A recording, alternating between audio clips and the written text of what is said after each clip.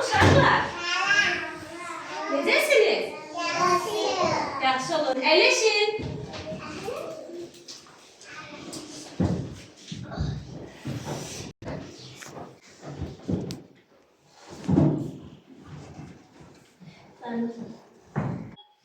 Bugünkü məşğələmiz bədii təfəkkürün inkişafıdır.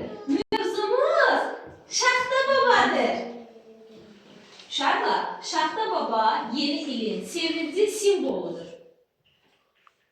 Uşaqlar, Şaxta babanı mənə kim göstərər? Kimdir Şaxta baba?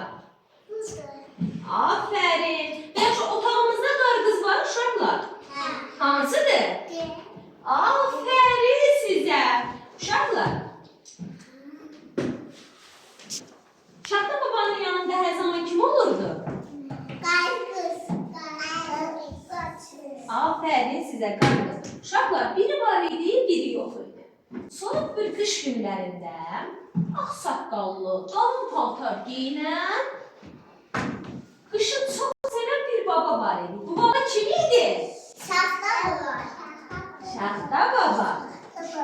O, mehriban, gülərüz, uşaqlara hədiyyə verməyi çox sevirdi. Və hər zaman yanında gülərüz, sevinç gətirən qarqız olurdu. Şaxta baba bizə hər zaman tövsiyə edirdi ki, mehriban olun, gülərüz olun, paylaşmağı bacarın. Ona görə də Şaxta baba bizə hər zaman hədiyyələr gətirirdi. Bəs yaxşı, Şaxta baba bizə hədiyyə verib. Bəs siz onlara hədiyyə vermişsiniz? Aferin sizə, siz ona görə də çox gözəl, çox şirin uşaqlarsınız. Çünki siz Şaxta babanı və qarqızı sevirsiniz. Şaxta babanı görürsünüz, papağı, saqqalı və hər zaman da qalın geyinirdi. Çünki o, ən çox hansı ayı xoşlayırdı? Şaxta baba nə vaxt gəlirdi? Qışda gəlirdi. O, ən çox yanında kim olurdu? Qarqız olurdu. O, kimi sevirdi?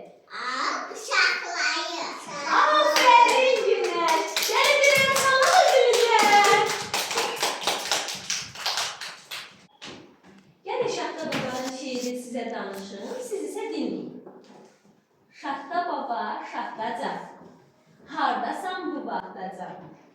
Çox ellər dolaşaraq, qarlı dağlar aşaraq.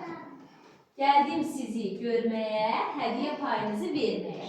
Uşaqlar, Şaxta babanın şeirindən sizə az da olsa bir hissəcik danışdım. İndi Şaxta baba görürsünüz çox ellər dolaşır, qarlı dağlar aşır. Gəlib neynəməyə, bizə nə verməyə? Hədiyyə verməyə. Biz neynirik onda? Şaxta babanı sevirikmi? Bəli, biz Şaxta babanı sevirik. Çünki Şaxta baba gülərüz, mehriban, qarışış bir babadır.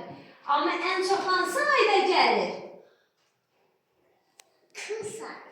Çünki o, yeni ildə gəlir. Bizim yeni ilimizi təbrik etmək üçün gəlir. Onda nə deyirik? Yeni ilimiz mübarək.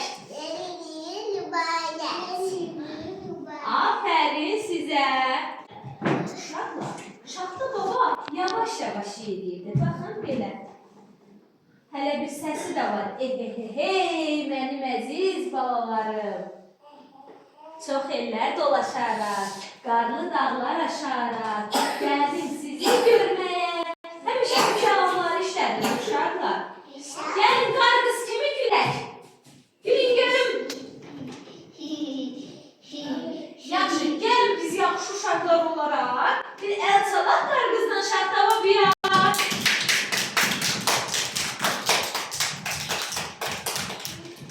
Aferin sizə uşaqlar. Siz çox gözəl uşaqlarsınız. Bir qonağımız var. Çağıraqmı? İndi gəlin çağıraq onu. Gəlin deyək. Şaxta baba, Şaxta